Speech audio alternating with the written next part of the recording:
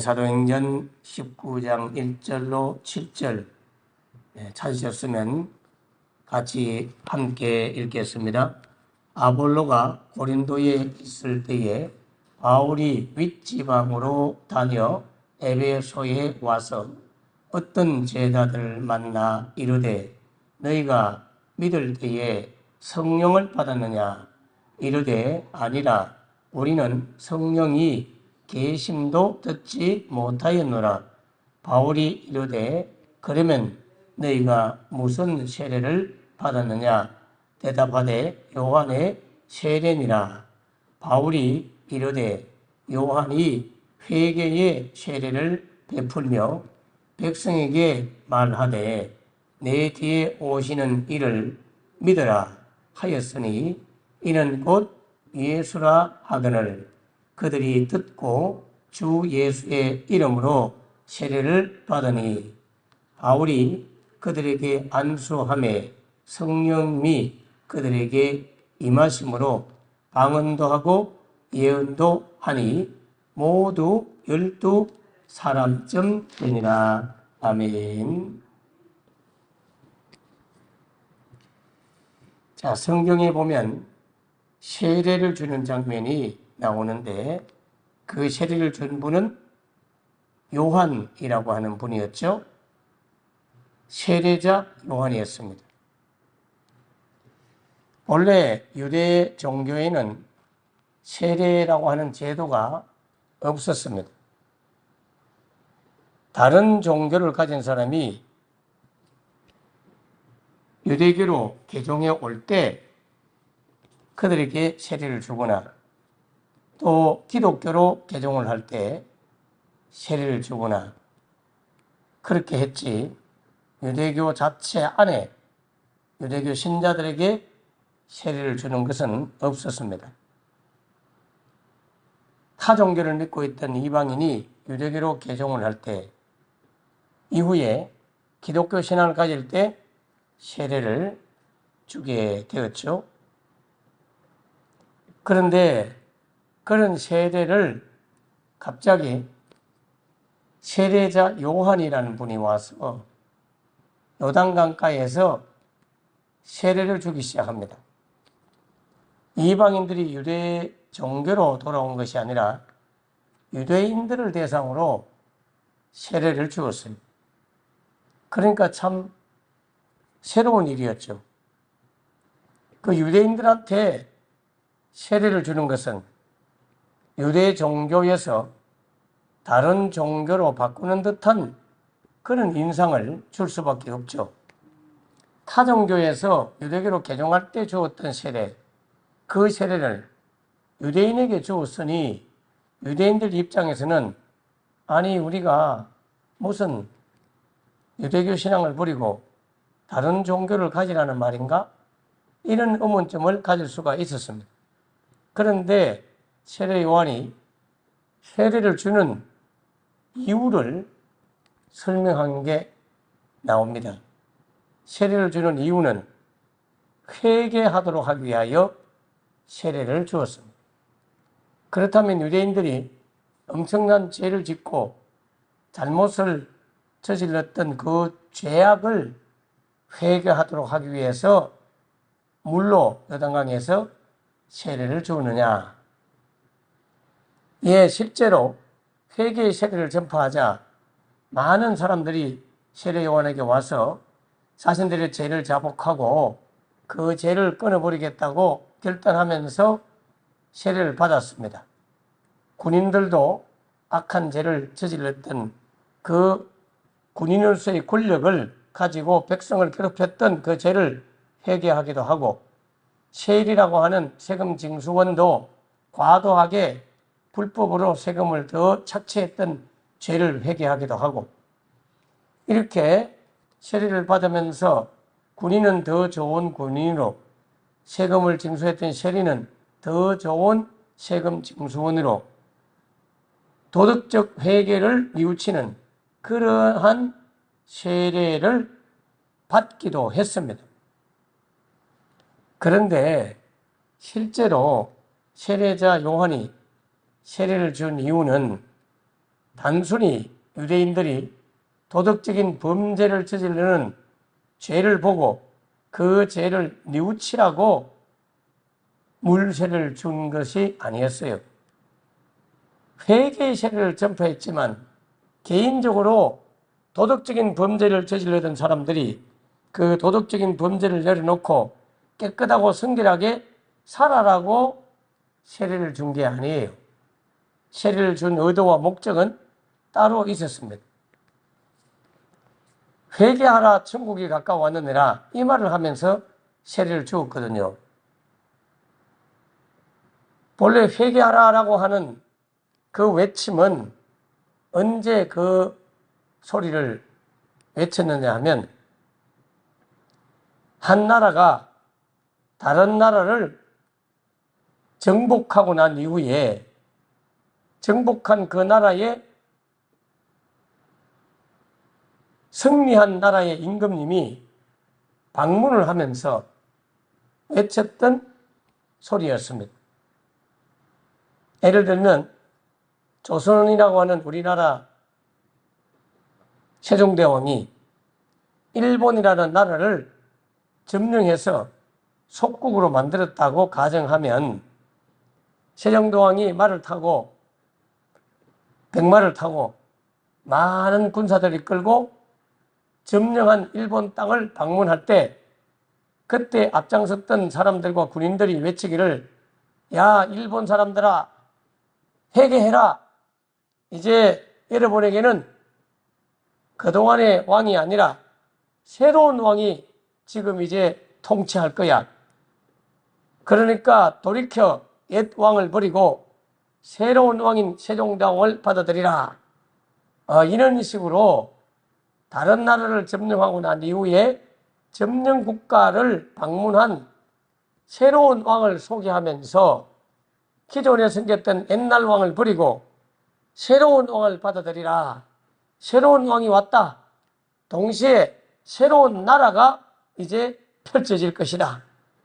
그러니 회개하라. 이렇게 외쳤던 것이 회개하라라고 외쳤던 말이었습니다. 그러므로 세례 요한이 회개하라 천국이 가까웠다 하는 말은 지금까지 여러분이 생각했던 이 나라 이스라엘 나라라고 하는 이 땅에 있는 나라가 아니라 하늘에 있는 나라가 새롭게 도래할 것이고 그 새로운 나라의 왕이 이제 올 것이니 돌이켜 그 새로운 왕을 맞이해라 하는 의미로 회개하라 천국이 가까웠다 이 말을 한 거예요. 예수님께서도 공생을 시작하시면서 회개하라 천국이 가까웠다 이 말을 했잖아요. 이 말은 곧 이제 여러분들은 귀신을 섬겼던 그 귀신 왕을 버리고 나 예수를 진정한 왕으로 받아들이라. 나는 하나님 나라를 여러분에게 소개하는 새로운 왕이다. 회개하라. 하나님의 나라 천국이 가까이 왔느니라. 그런 의미로 회개를 선포했던 것입니다. 자, 그런데 세례 요한은 회개하라 천국이 가까웠다라고 했지만 새로운 나라가 왔다고 말은 했지만 새로운 나라를 통치할 왕이 누군가를 몰랐어요. 세례 요한이 예수님을 처음에 몰라봤다니까요. 새로운 나라의 왕이 왕이신 그분이 예수님인지 아닌지를 모르고 있었어요. 그래서 고민스러운 거예요. 회개해라. 새로운 나라가 이제 도래할 것인데 그런데 그 나라를 통치할 그 왕이 누구인지를 몰랐던 세례 요한은 고민스러웠죠. 그때 하나님께서 요한에게 나타나셔서 요한, 너 요단강가에서 계속 강에서 세례를 줘라. 요단강에서 계속 세례를 줘라. 그러면 내가 기다리고 있는 그 왕이 누군지 영원한 구원자 메시아 그리스도라고 하는 그 왕이 누군지 내가 알려줄 거야. 그러니까 계속 요단강에서 세례를 주어라. 세례를 주고 있으면 네 뒤에 오실 영원한 왕, 그분이 오실 거야. 그분이 너에게 와가지고 너한테 세례를 받을 거야.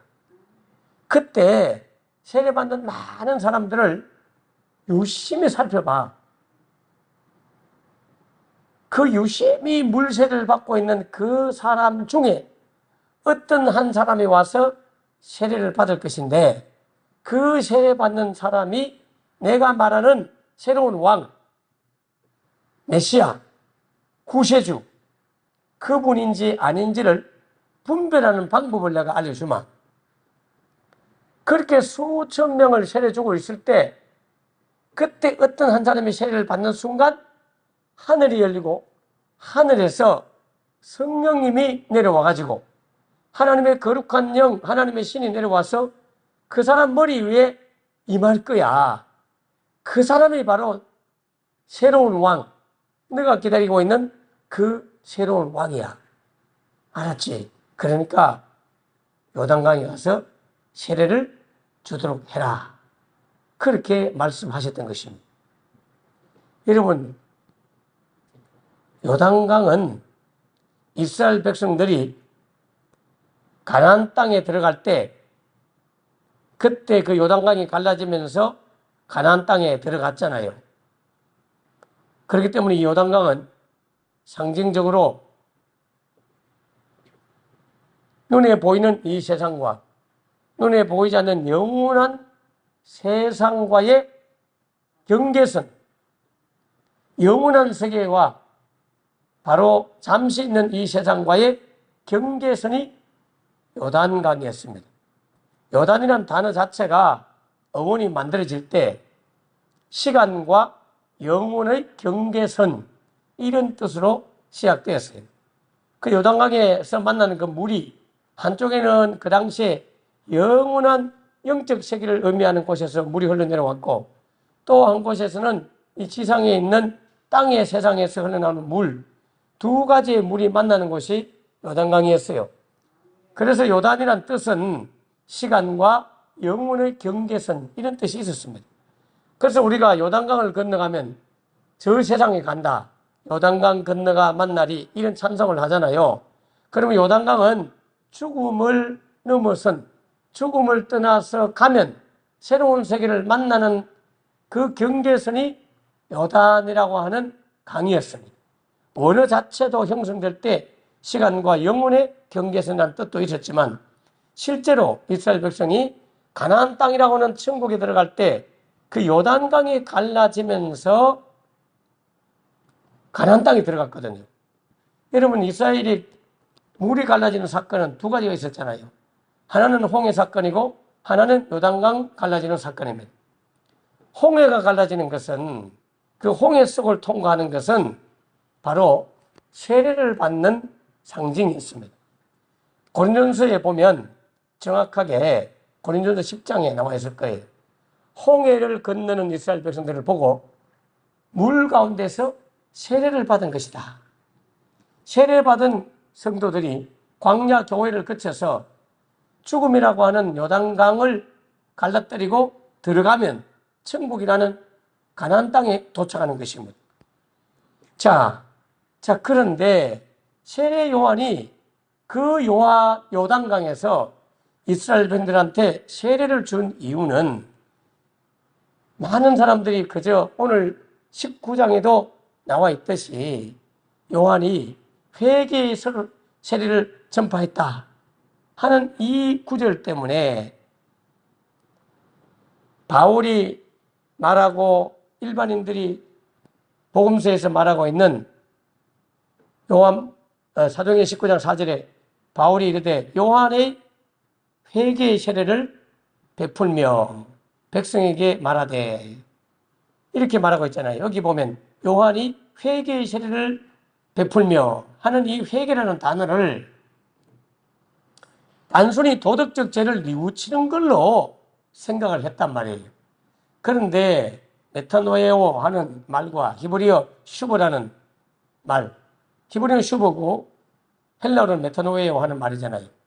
이 회개의 그 의미는 두 가지가 들어있어요. 하나는 죄를 뉘우친다고 하는 양심적 뉘우침에 고백을 하고 뉘우치는 것도 있지만, 슈버라고 하는 말은 방향을 돌이킨다는 말이잖아요.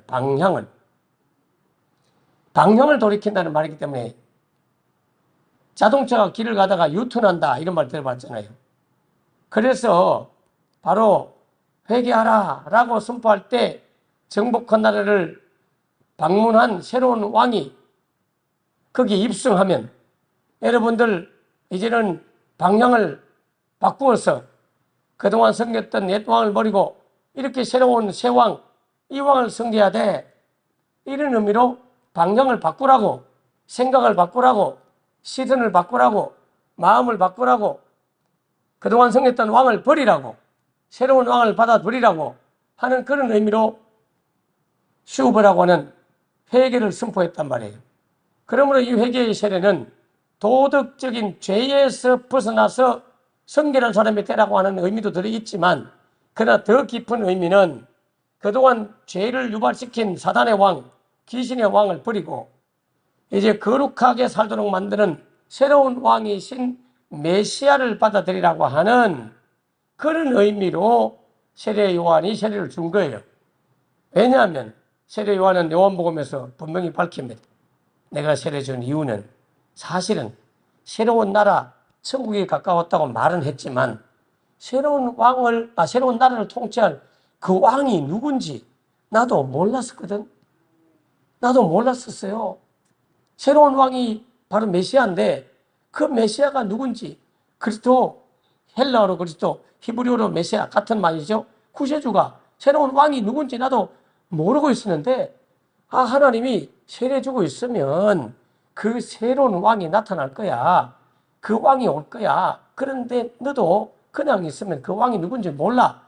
그 왕이 누군가를 분별하는 기준은 세례 주는 사람들 가운데 어떤 한 사람한테 하늘로부터 하나님의 영 성령이 내려와서 그 머리에 머물면 그분이 바로 네가 말하는, 네가 기다리고 있던 새로운 왕이야. 그걸 알고 세례를 줘. 그래서 세례 요한은요, 유대인들을 보고 잘못했다고, 죄 뉘우치라고, 도덕적인 죄 끊어버리라고 세례 준 게 아니에요. 그런 세례를 준 게 아니라 메시아가 누군지를 알아맞히려고, 메시아가 누군지 알아보려고, 그 메시아를 만나기 위해서, 그래서 그 메시아를 세상에 드러내도록 알려주려고, 메시아가 누구지?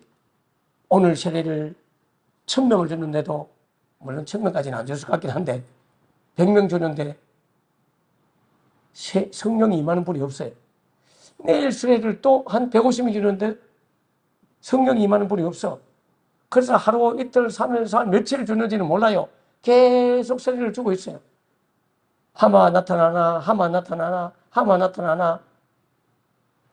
아무리 세례를 줘도 하나님이 말했던 하나님의 영이 임하는 분이 없는 거예요. 그런데 어느 날 그동안 유명한 랍비라고 소문난 나사렛에서 가버나움으로 이사 와가지고 랍비의, 즉 선생님의 삶을 살고 있는, 자기도 소문들어서 알고 있는 그 예수라는 분이 갑자기 세례받으러 온 거예요. 그러니까 마태복음을 보면 세례 요한이 아이고 선생님이 나한테 어떻게 세례받으려고 합니까? 선생님에 대한 소문이 익히 들었습니다. 제가 선생님을 세례 줄 자격이 없죠. 그럼 이제 세례를 주시오. 그래야 하나님의 의를 이루기 위해서 내가 세례 받아야 돼요. 그런 말 하면서 세례를 받겠다고 예수님이 자꾸 말하는 거예요. 그래서 뭐 알겠다고, 부담은 되지만 제가 세례를 베풀겠습니다 하고 세례를 주었는데, 세상에 세례를 받고 물에서 올라올 때 하늘이 열리면서 하나님의 영이 비둘기같이 임하고 음성이 들려오기를 이는 내 사랑하는 아들이요 내 기뻐하는 자라 하는 소리가 들렸어요. 깜짝 놀라면서 이분이 바로 하나님이 말했던 그 메시아구나. 새하늘과 새 땅, 천국이 가까웠다 할 때 그 천국의 다스릴 진짜 왕이구나 하고 알아보게 된 거예요. 이 내용이 요한복음 1장 33절에 나와요. 제가 읽어드리겠습니다. 세례 요한이 제자들한테 이렇게 말해요. 나도 사실 그를 알지 못하였으나 나도 솔직히 새로운 나라 천국이 가까이 왔다는 건 알았지만 그 천국을 다스릴 왕이 누군지 그 메시아를 내가 알지를 못하였으나 나를 보내가지고 물로 세례를 베풀라 하신 그 이가, 여러분 세례 요한 보고 물로 세례를 베풀으라 누가 말했겠어요? 하나님이죠. 나보고 요단강에 가서 물로 세례를 베풀라고 하신 그 하나님께서 나에게 말씀하시되 성령이 내려서 누구 위에든지 머무는 것을 보거든 그가 곧 성령으로 세례를 베푸는 이인 줄을 알아라 하셨기에 내가 보고 그가 하나님의 아들이심을 증언하였느니라. 그렇게 말합니다. 여러분 세례 요한 보고 요단강에 세례를 주라 한 분은 하나님이셨어요. 광야에 있던 세례 요한을 불러내가지고 요단강에 가서 세례를 주라 한 분은 하나님이셨어요. 요한이 갑자기 자기 생각으로 세례 준 거 아니에요. 그 왜 세례를 주라 했느냐? 유대인들이 막 죄를 짓고 그러니까 도덕적인 죄를 회개하도록 하기 위하여 세례 주라 한 거냐? 아닙니다. 여러분. 구약 성경부터 계속 약속되어 있는 메시아, 구세주, 새로운 나라의 왕, 그분이 누구인가를 세례 요한도 몰랐기 때문에 하나님이 그 왕이 누군가를 알려주고자 하는 징표로 세례를 주었던 거예요. 왜냐하면 세례를 주면 사람들이 자기 발로 자꾸 오거든. 자꾸 오니까 이분도 아니구나, 이분도 아니구나, 이분도 아니구나, 이분도 아니구나. 말은 회개하라 하고 막 도끼가 나무 뿌리 놓였다, 죄 뉘우치고 회개하라 이렇게 말을 한 거는 푸푸문습니다. 근데 애드립 친 거예요. 애드립. 그냥 진짜는 세례 요한의 마음속에는 요 중에 누군가가 메시아가 있을 건데 그분이 누군지 나는 지금 모르는데 세례 주다 보면 하나님 영이 임한다고 하나님께서 내게 분명히 말씀했지. 내가 그걸 보려고 유심히 보면서 세례를 준 거예요. 그분들 도덕적 죄 끊어버리려고 세례 준 게 아니에요. 메시아가 누군지 알아보려고 세례를 딱 주고 있었는데 세상에 진짜 하나님의 영이 임하는 분을 딱 만난 거예요. 그래서 세례를 이분이 메시아구나 하고 딱 알아보고는 요한복음 1장 29절 이튿날 제자들한테 세례 요한도 제자들이 있었거든요. 그 예수님이 딱 오시는 걸 보고 보라 세상은 죄를 지고 가는 하나님의 어린 양이다. 저분이 바로 메시아야. 내가 메시아인 줄 어떻게 아냐고? 야, 하나님께서 나보고 요단에서 세례를 주라 하면서 말했던 말이 있어. 네가 열심히 세례 주다 보면 누구 위에든지 하나님의 영 성령이 내려가 가지고 머무는 그분이 바로 메시아라고 말해 주었기 때문에 내가 세례 줄 때 저분한테 성령이 임했다니까. 그래서 저분이 우리가 기다리는 메시아야. 그래요? 제자들이 그만 세례원의 제자들이 그러면 예수님께로 가버렸죠. 그래서 요한이 세례를 준 거예요. 그 요한이 물세례를 베풀 목적은 물세례를 줄 예수님을 세상에 나타내기 위하여. 요한 자신도 몰랐고 세상 어떤 사람도 구약 성경에 그토록 예언해 놓았던 메시아가 누군지를 알지 못했던 그 시대에 그 메시아를 드러내기 위하여 세례를 주었던 거예요. 그래서 세례 요한을 보고 바로 메시아의 길을 예비하는 자.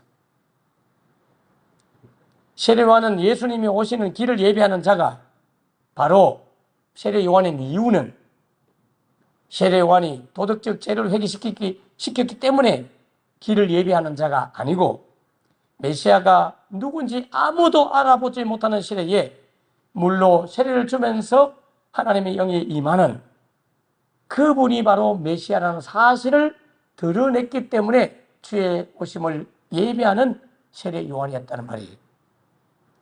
그래서 그 예수님을 소개하기 위하여 그 예수님을 세상에 나타내도록 하기 위하여 내가 세례를 주고 있었다.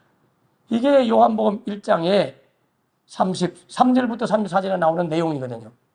많은 미안하지만 목회자들이 저도 마찬가지였지만 요한이 요한복음에 소개하고 있는 세례 준 목적에 대한 이야기를 다 빼버리고 단순히 회개하라 하는 도덕적 회개의 죄를 뉘우치는 것만 설교를 자꾸 합니다.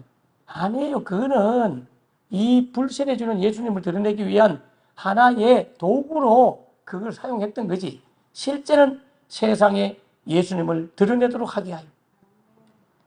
다시 읽어드립니다. 나도 그를 알지 못하였으나 나를 보내어 물로 세례를 베풀라 하신 그이가 나에게 말씀하시되 성령이 내려서 누구 위에든지 머무는 것을 보거든 그가 곧 성령으로 세례를 베푸는 이인 줄을 알라 하셨기에 내가 세례를 주었고, 세례 주다가 바로 그걸 보고 이분이 바로 하나님의 아들이심을 내가 증언하였다. 이렇게 요한이 밝히고 있잖아요.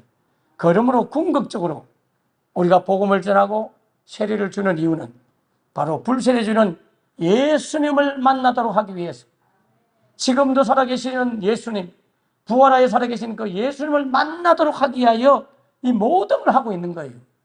그런데 어제 아침에 보았던 아볼로도 에베소에 가서 복음을 전하고 있었지만 예수님에 관한 지식을 알고, 분명히 예수님에 관한 지식을 알고 예수님을 열심히 전했지만 그도 물 세례밖에, 단순히 물 주는 세례 요한의 그 본래적 성령 세례를 주기 위한 물 세례의 전초 작업인 그걸 모르고 물 세례만 주고 있었다면, 그래서 브리스길라와 아굴라가 와가지고 예수님에 대한 이야기도 잘 알려주긴 한데 하나님의 성령님에 대한 이야기를 네가 못하는구나, 이거 보세요 하고 알려줬어요. 그러니까 아볼로가 그러냐고 하고는 그 사실을 받아들이고 성령과 복음을 더불어서 말씀을 증거하다가 에베소를 떠나버려요. 그러니까 고린도로 갑니다. 그 이후로 뒤따라온 바울이, 시간차가 얼마인지 몰라요. 몇 년 지났는지 몇 달 지났는지는 모르지만 뒤따라서 바울이 또 에베소에 왔습니다. 바울이 에베소에 왔는데 바울이 만났던 12명 정도 가까이 되는 신자들이 있었어요. 예수님을 믿고는 있어요. 그런데 사도행전 19장에서 바울이 그들에게 묻습니다. 너희가 복음을 받고 난 이후에 그래 무슨 세례를 받았느냐? 우리는 요한의 세례, 물 세례만 받았습니다. 그래, 요한이 회개의 세례를 베풀면서 백성에게 말하되 내 뒤에 오시는 이를 믿어라 하였으니 이는 곧 예수님이시다. 그런데 그 예수님은 불로 세례를 주는 분이야. 너희들이 아직 불로 세례를 못 받았구나.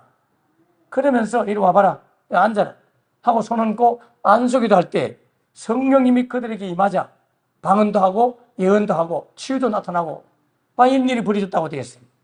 결론적으로 여러분, 오늘날 신자들 가운데는 많은 사람들이 바로 복음의 말씀인 예수님을 지식적으로는 아는데 그 예수님이 죽으시고 부활하셔서 하늘로 승천하시고 난 이후에 또 다른 예수님, 다른 보혜사, 다른 보혜사는 말은 똑같은 분인데 다른 모습으로 나타난 그 삼위일체 하나님 되시는 성령 하나님이 다시 오셔가지고 우리와 함께 계시잖아요. 그 성령님으로 세례받지 못한 신자들이 아직도 교회 안에 버글버글해요. 그런 신자를 고린도전서 2장 3장에서는 육신에 속한 신자다, 어린아이 신자다, 푸시케 키코스라고 어린아이 신자로 말해요. 그러나 성령 세례를 받은 신자를 보고 신령한 자, 장성한 자, 페뉴마티코스라고 하는 그러한 신령한 자를 설명하고 있습니다. 사랑하는 성도 여러분, 성령 세례 받으셔야 돼요. 그래야 장성한 신자가 될 수 있습니다. 신령한 자가 될 수 있고, 신령한 자가 되면 특징이 뭐냐? 내가 지금 어린아이 신앙이냐 아니냐, 육신의 신자냐 아니면 성령의 사람이냐. 여러분, 사람들은 세 종류로 나누는데 육에 속한 살키코이라고 하는 육에 속한 사람은 불신자를 의미하고, 번역할 때 육신에 속한 신자는 프시케키코스라고 해서 혼적인 신자를 말해요. 오늘날 성도들 가운데 교회는 나오는데 머리는 자꾸 쓰는 혼적인 프시케키코가 많아요.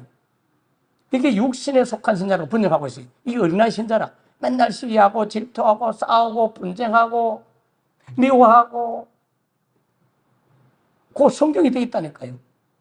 시기하고 질투하고 싸우고 분쟁하고 다 육신에 속한 신자는 성수까지 못한 거예요. 그리고 그런 분들은 특징 중에 또 하나가 스스로 신앙생활을 잘 못해가지고 꼭 목사가 돌봐야 되고 신방대원에 가서 막 신방하고 전화하고 막 달래고 원래고 스스로 판단 못해. 그러나 신령한 자는 누구에게도 판단받지 않고 스스로 판단해. 스스로 자기가 자발적으로 결정해서 누가 뭐래도 나는 교회 나온다. 누가 말해도 교회 나온다. 아무에게도 판단받지 않는다. 그래 돼 있단 말이에요. 우리가 어릴 때는 막 오줌 누울 때가 되면 이렇게 깨워가지고 시시 오줌 누락 하고 막 깨워가지고 학교 가라 하고 그건 장성하면 알아서 학교 가고 알아서 직장 다니고 알아서 교회 가고 자기 알아서 셀프로 잘하잖아요. 그래서 신령한 자, 성령으로 충만한 성령 세례 받은 자는 장성한 신자가 되는 것입니다.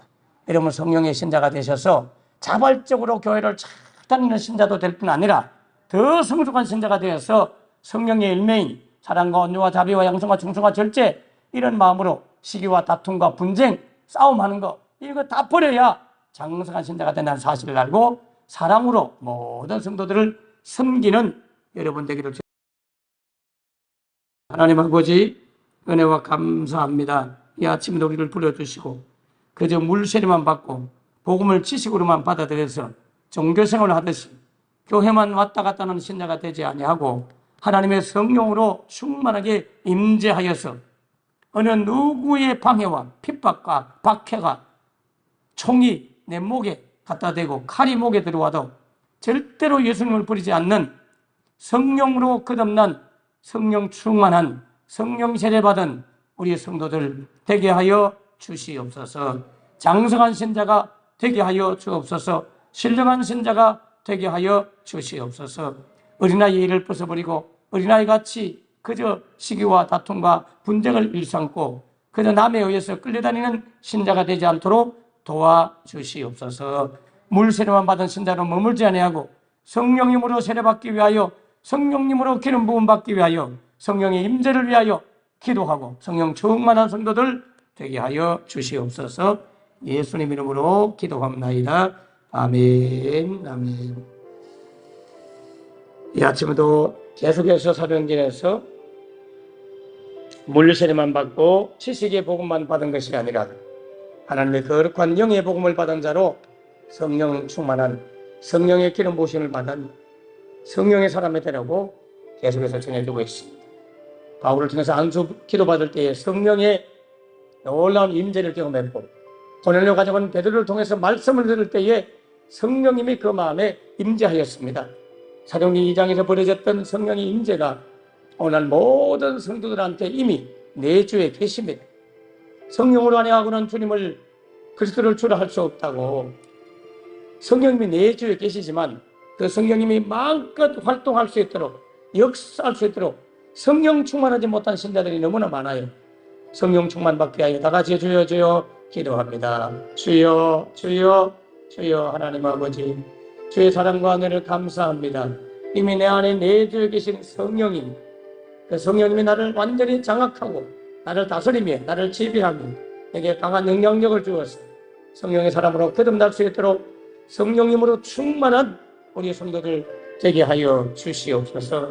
성령 충만함으로 말미암아 다시는 갈등과 다시는 의심이 없도록 도와주시고 다시는 시기와 분쟁이 없도록 도와주시고 장성한 신자가 되어서 모든 성도들을 아우르며 가슴에 품고 사랑으로 돌보는 성령 충만한 성도 되게 하여 주시옵소서. 나를 부인하고 나의 성질을 죽이고 나의 생각을 죽이고 나의 모든 완악한 마음을 없애하고 부드럽고 온유하며 예수의 성품을 닮아가는 성령의 열매가 가득한 성령 충만한 자가 되게 해주실 뿐 아니라 성령 충만하여서 강한 성령의 역사들이 나타날 수 있도록 귀신을 쫓아내며 병을 고치며 방언과 예언을 말하며 지식과 지혜의 능력을 더하고 영역을 더하고 영분별함과 하나님 앞에 속한 많은 신령한 은사의 또 다른 모습을 받을 수 있도록 성령 충만한 성도들 되게 하여 주시옵소서. 아버지 불쌍히 여겨주시고 하나님의 거룩한 영으로 충만한 주의 거룩한 백성들 되게 하여 주시옵소서. 오늘도 주의 말씀을 의지하고 주 앞에 나와 기도하니 한 사람 한 사람 만져주시고 영적으로 연약한 가운데 있을지라도 더 강한 믿음 주셔서 하나님의 사람으로 거듭날 수 있는 거룩한 영이 되도록 성령 충만한 신자들 되게 하여 주시옵소서. 오 주여 감사합니다. 주님 감사합니다.